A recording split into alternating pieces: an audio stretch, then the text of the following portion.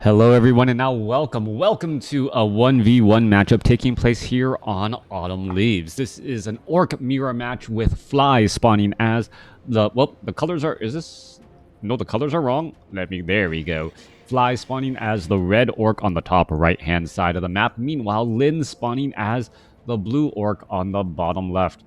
I'm glad I caught the name title color mistake. Otherwise, I could have been very, very confused looking at supply and wondering what armies have what and what's going on. Anyways, let's go ahead and break things down in this matchup. We are looking at Fly opening things up with an Altar of Storms and a Barracks, looking to go for perhaps a Blade Master or Farseer Grunts. Grunts being the obvious choice as we don't see a War Mill off to the north. Meanwhile, down to the south here, we're looking at Lynn opening up with Altar of Storms and a War Mill. Barracks should be placed down momentarily, and then that should be Farseer Headhunters in this.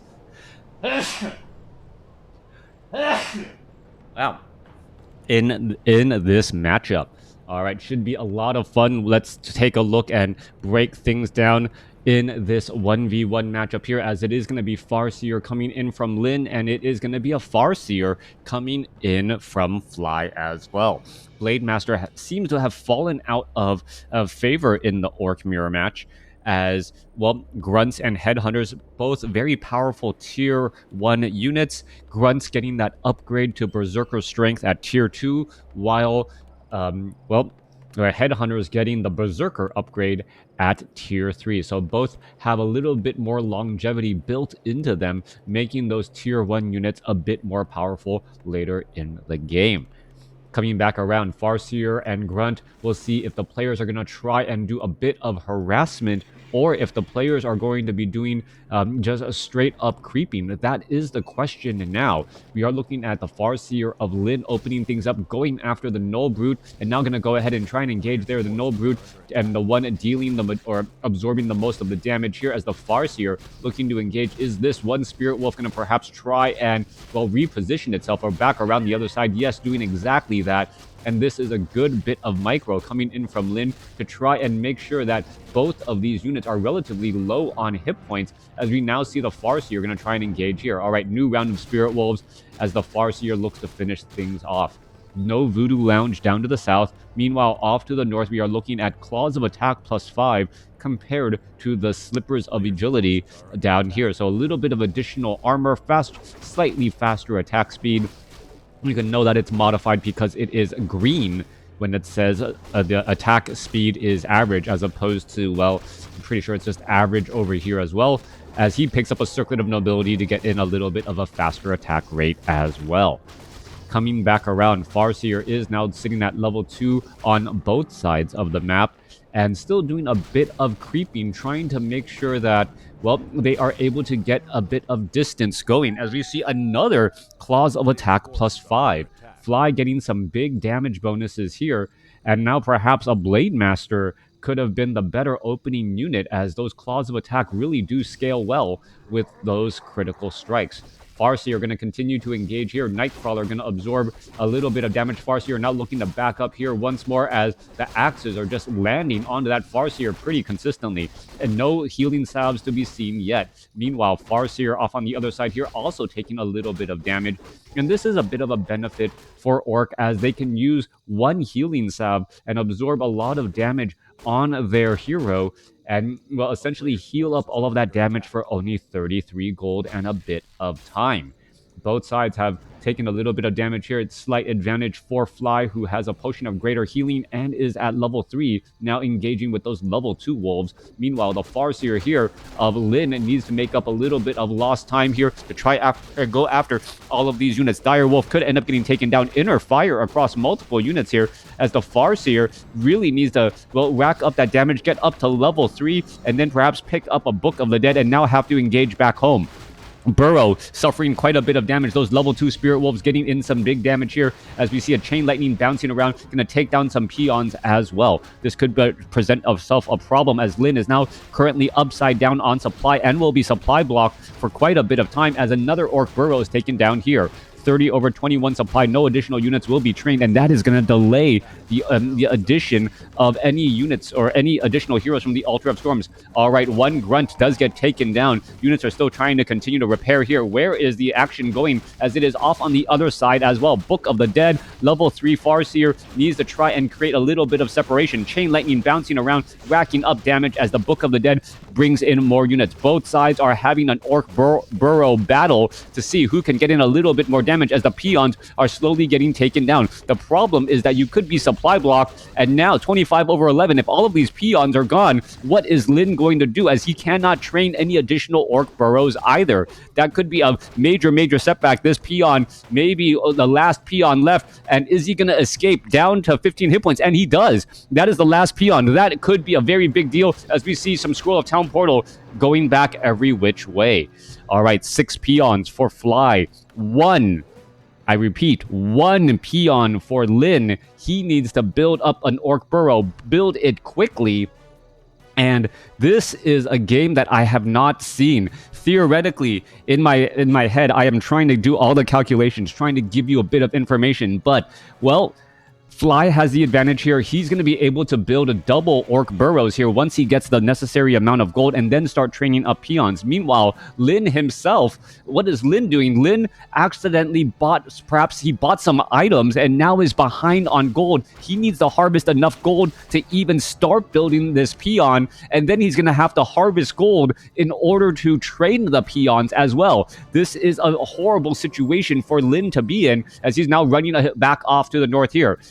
Talking about bad situations, here we are, Orc Burrow trying to be built. Farseer coming back around, trying to put in pressure, trying to make sure no additional peons could be added in, as we now see level 4 on Lin. Coming back down to the south here, is it still mining? Yes, he is still mining away as the Chain Lightning bounces around, finding some additional targets. And what is this? Headhunters are going to get taken down. Chain Lightning bouncing around again. Level 4 versus level 4. Who's going to rack up more damage, as those Spirit Wolves are constantly finding additional targets to try and take down here. Another Headhunter could get taken down. There goes another. There goes a Spirit Wolf. And we're looking at 10 supply versus 8. You actually freed up some additional supply to try to train up additional units, as more peons could be trained up back at home. And there's one way to get out of being supply blocked: kill your own units. And that seems to be the strategy that is being used right here. Headhunter trying to run away from some wolves there. There goes another unit, and now this wolf is going to be resetting back out. 8 supply versus 9. 3 workers versus 4. And what a crazy setup match this is. I thought Lin was making a mistake, saying he needs to address his supply issue. And Lin says, I know how I'll address my overpopulation issue. I'll attack my opponent's base and lower my population. And that's exactly what he did, knowing that his opponent Fly perhaps had additional Orc Burrows and was able to train up more units. Now he's able to get back onto equal footing. Coming back down to the south here, more peons trying to continue to, harvest lumber. They want to get more friends back in the action. Farseer picking up a clarity potion as well. And what is he going to be doing? Level 4 on the Farseer. We are at Stronghold. A second hero is perhaps in the cards, but not in the foreseeable future, as this Ogre Magi will get taken down. And, now giving a potion or a Tome of Intelligence and Slippers of Agility. That item is most likely just going to be left behind, as the Farseer, going to engage here. All right, there's a little bit of engagement here, going back and forth. There's a little bit of damage, and now they're going to exchange blows once more, trying to rack up damage again and again. Farseer down to 584 hit points. This Farseer back off to the north here. Wolves trying to engage. This Farseer down to 256 hit points, as the Spirit Wolf trying to, find and take down one of those Headhunters. Headhunter, however, able to survive, even though it is taking normal damage from those wolves here. All right, the wolves are just going after the Headhunters back and forth. This mirror match is just absolutely crazy, as peon after peon is getting taken down. And you can see another Headhunter gets taken down here. 4.8 versus 4.9. It may come down to who gets the level 5 first, and Fly may be able to get that advantage. No, both wolves able to escape away. No, Chain Lightning giving level 5. Farseer now at level 5 has access to level 3 Shadow Wolves, and those Shadow Wolves are going to absolutely wreak havoc on the base of Lin. We can already foresee it here. Meanwhile, Lin realizes what has happened, or perhaps realizes what has happened, and now quickly going after the Ogre Magi creep camp here to get to level 5 himself. Is he going to get to level 5? One more shot. Yes, he gets to level 5. Going to pick up some additional items, but doesn't see the Shadow Wolves simply running on by because, well, they're living up to their name and hiding in the shadows. Coming back around, Firelord as the follow-up hero for Lin. Peons do need to jump inside that Orc Burrow, and they're going to be doing exactly that. Firelord Lava Spawn, additional pressure as that additional hero may be able to push things over the edge. Warmill has not started upgrading on reinforced defenses. Shadow Wolves are now charging on in here, and here we are going straight after those Orc Burrows again and again. Shadow Wolves causing problems. Peon's going to try and do a bit of repairs. This Lava Spawn should try and back away as we're looking at that damage racking up more and more. Headhunter going to go ahead and take down that Lava Spawn here, but Firelord still able to use a bit of that range damage. Dual Orc Burrows getting taken down once again as the units try and retreat back. 17 over 11 supply compared to 18 over 21. I have not seen a game like this ever, as we're still looking at the Shadow Wolves trying to put pressure and keep those headhunters at bay. The the Voodoo Lounge now perhaps going to be the next priority target, as, well, Fly has no way to spend any gold that he is harvesting, as he can't train up any units being supply blocked. All right, little bit of damage being added on. Farseer trying to retreat back away down to, well, almost down to dead, as a potion of greater healing used in time there. Lava Spawns continuing to fight their way through. Shadow Wolves continue to fight here as the Fire Lord is going to Shadow Meld in the middle of the fight, transferring that item over. And now the Fire Lord just laughing at the situation, knowing that, well, he is still being presence known, as the Lava Spawns are going to be doing a bit of splitting as well. All right, so many summons, so much pressure. Farseer down to 217 hit points, down to 211, as it is going to continue to engage once more.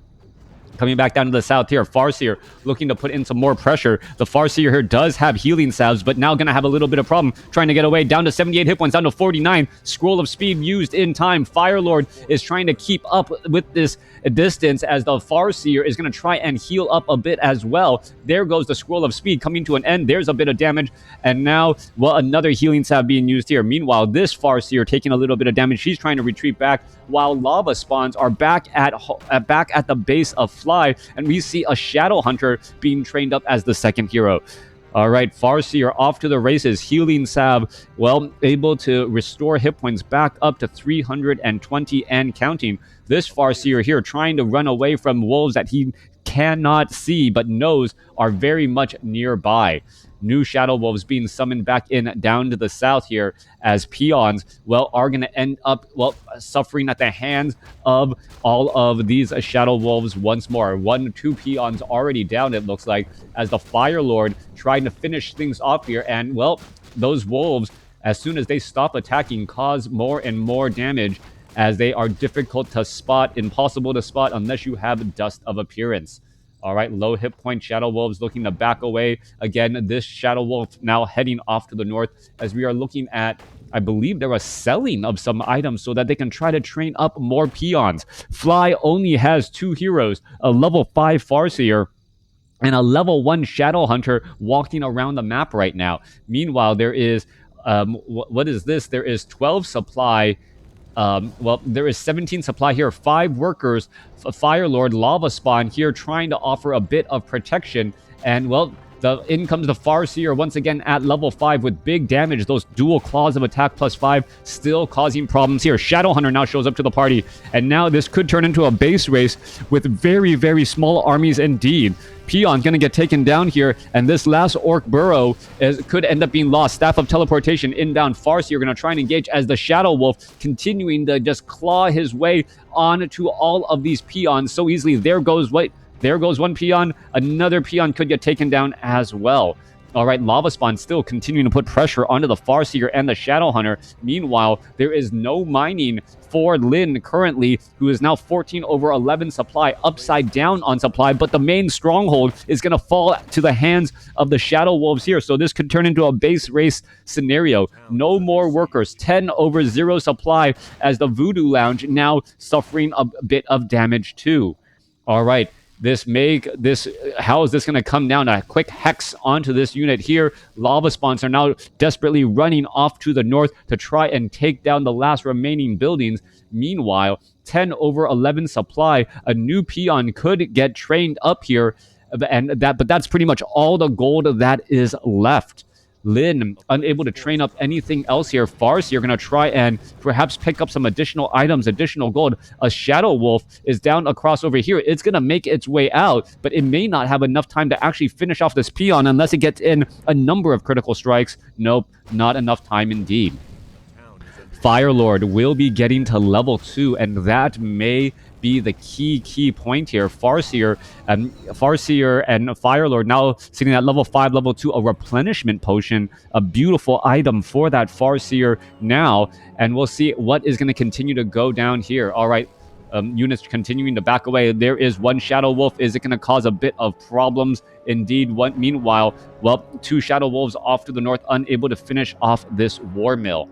One peon working overtime to try and continue a bit more mining and get a little bit of additional gold and come out with the lead. If I had to give a lead, I would say Lin is in the advantage here with a level 2 Firelord, and also with one peon and allowing him to perhaps try and get his feet back underneath him with still that main building to hold.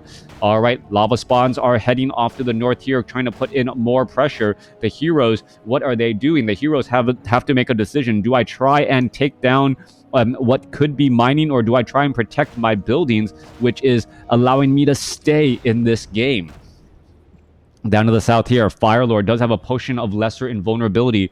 The best way to use gold right now is to buy items, and that's exactly what we see here, as this peon is still mining a bit of gold once more. Items sold. What was it? A potion of invisibility as well for the Farseer. Firelord no longer has the potion of invulnerability, as the peon gets taken down. 61 gold, unable to mine anymore. All right, Firelord making its way off to the north. There is 2 buildings and 2 buildings left. One of them is on fire.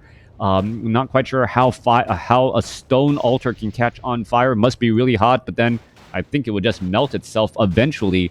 And this is going to be the end. This is the last building of Fly. The Spirit Wolves do have enough life. I believe they have enough life in them to try and finish it off. The Farseer and the Firelord can make their way down to the south, try and protect these buildings here as well.